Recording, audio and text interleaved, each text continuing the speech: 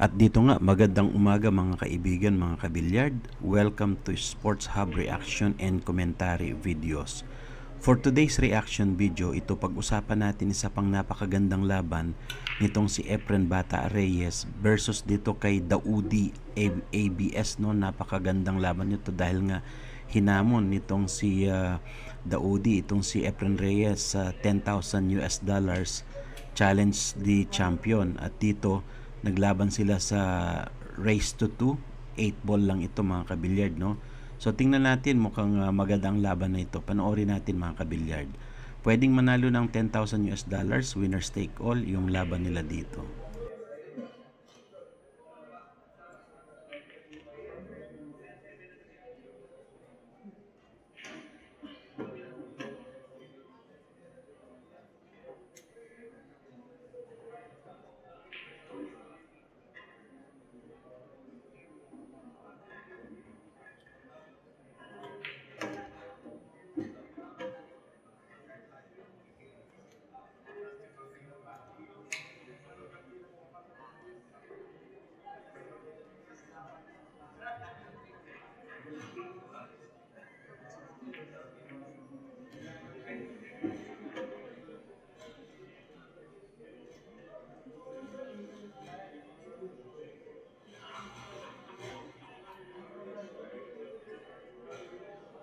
At dito nga mga kabilyard, itong si Daudi ay isang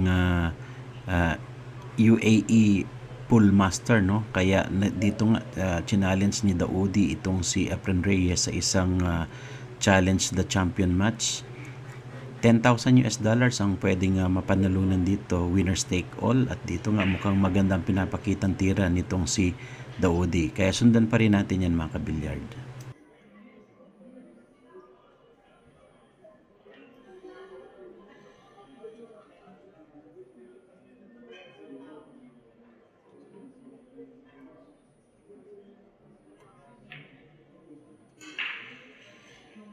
At dyan nga medyo malipis yung tira na yan ni Daudi, no? Dyan sa stripe ball na yan.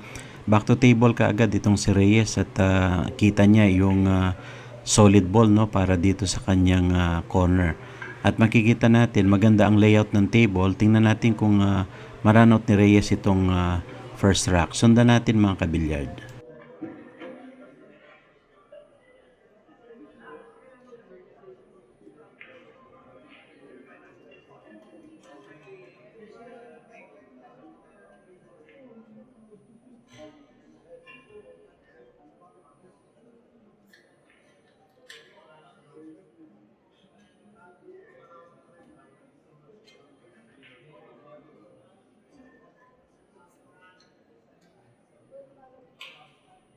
At di nyo nga dahil medyo gipit yung position ng cue ball, no? Kaya na hirapan doon si Reyes, pero ganun pa man, naipasok niya pa rin yung solid ball na yun at nakakuha siya ng magandang cue ball positioning para sa next object ball niya. Makikita natin dito, winners take all ito mga kabilyard, no? The alternate breaking format. At maganda yung pinapakitang tira dito ni Efren Reyes. Ayun, sumablay si Reyes sa side basket, medyo nakapal.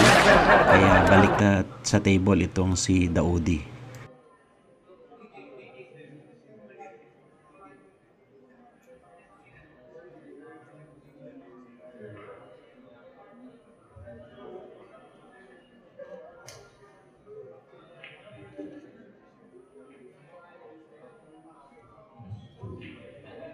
Okay, we have the winner for the quarterfinals, and now we go to the semifinals.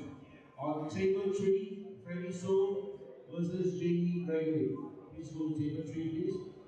On table 7, Lee Oaks versus Rory McElroy. Table 7, Lee Oaks versus Rory McElroy. Table 3, Freddie So versus Jamie Gregory. Referee, please get ready.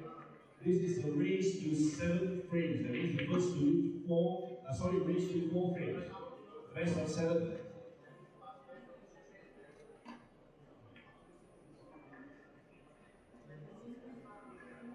At dyan nga sa tira na yun ni Reyes, no, talagang napakanipis nun. Medyo sumasablay na dito si Reyes, or pinagbibigyan niya lang ba itong kalaban niyang si Daudi, no, na taga UAE.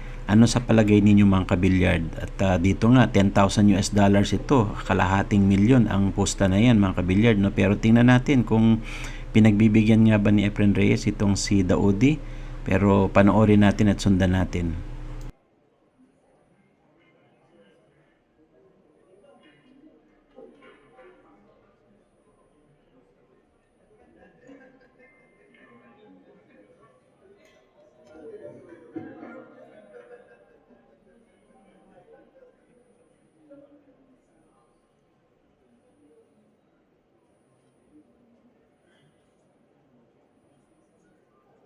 At dyan nga, medyo maganda yung pinapakitang tira nitong si Daudi at dito sa stripe ball.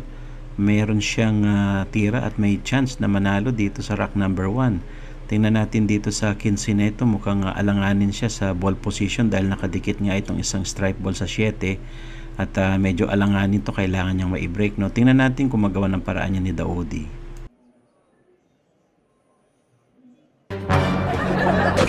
Here I come.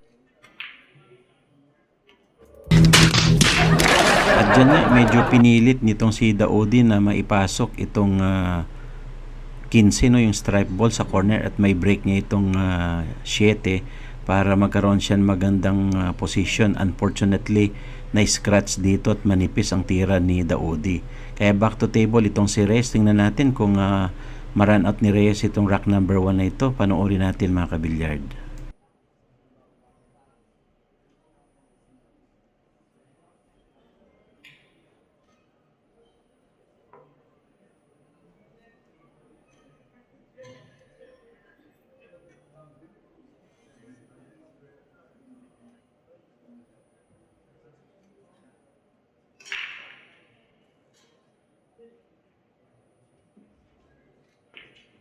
Rory McCarroll, placing at the time of 7. Rory for time of 7.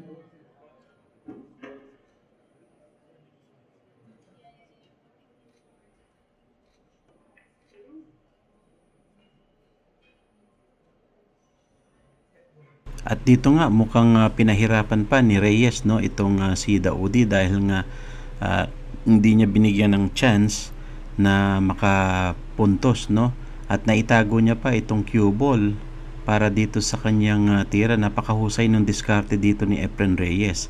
Kaya sundan natin to mga kabilyard.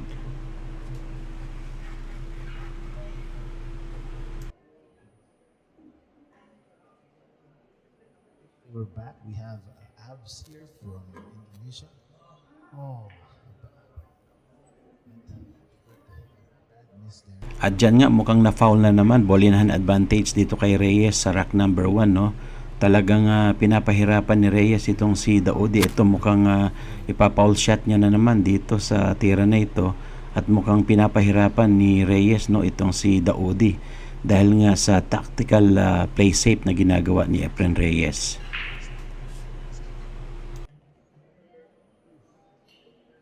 He did it, but it wasn't enough. He has to take the 3-6 combination now.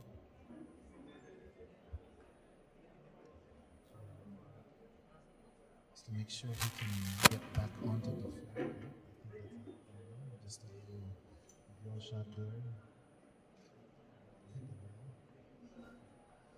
Keeping it within that window. Just like that. He's got a few options here. He can just At dito nga mukhang napaglaruan talaga ni Reyes itong si Daudi sa rack number 1 na yan. At ito nasa final moment na si Reyes sa rack number 1, aiming sa 8. Tutok na yan mga kabilyard, pasok yan, 1-0 ang score natin. At dito nga mukhang nilaro ni Reyes itong si Daudi sa mga play safe niya. Kaya sundan natin yung rack number 2 mga kabilyard. Last rack na lang si Reyes, race 2 lang yan, $10,000. Ay ito nga, panoorin natin kung anong mga pangyayari dito sa napakatinding laban na ito at napakataas ng posta, no. Kalahating milyon yung posta dito dahil race 2 lang yan at ginawa yan dyan sa Abu Dhabi. Kaya sundan natin mga kabilyard. Abs is a very good friend from Indonesia. At dito nga sa rack number 2, si Reyes ang magbe-break. Makikita natin dito talagang matindi, no, yung labanan dahil nga race to 2 lang ito para sa $10,000. Ano sa palagay ninyo mga kabilyard? Maka-penetrate na ba dito si Reyes or makabawi pa itong si Daudi? Paki-comment nyo po dyan sa ibaba. Efren to break.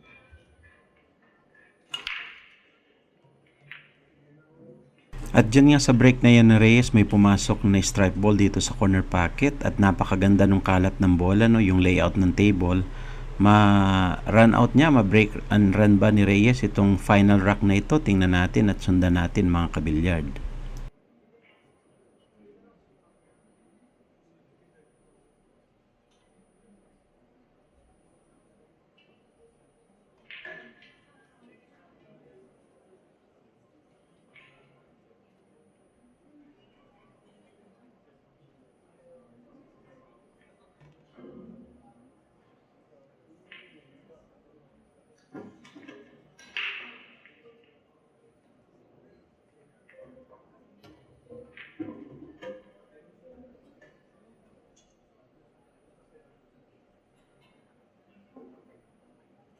At dito nga mukhang maganda yung napiling bola dyan ni Efren Reyes, no? Itong stripe ball at napakaganda ng tira.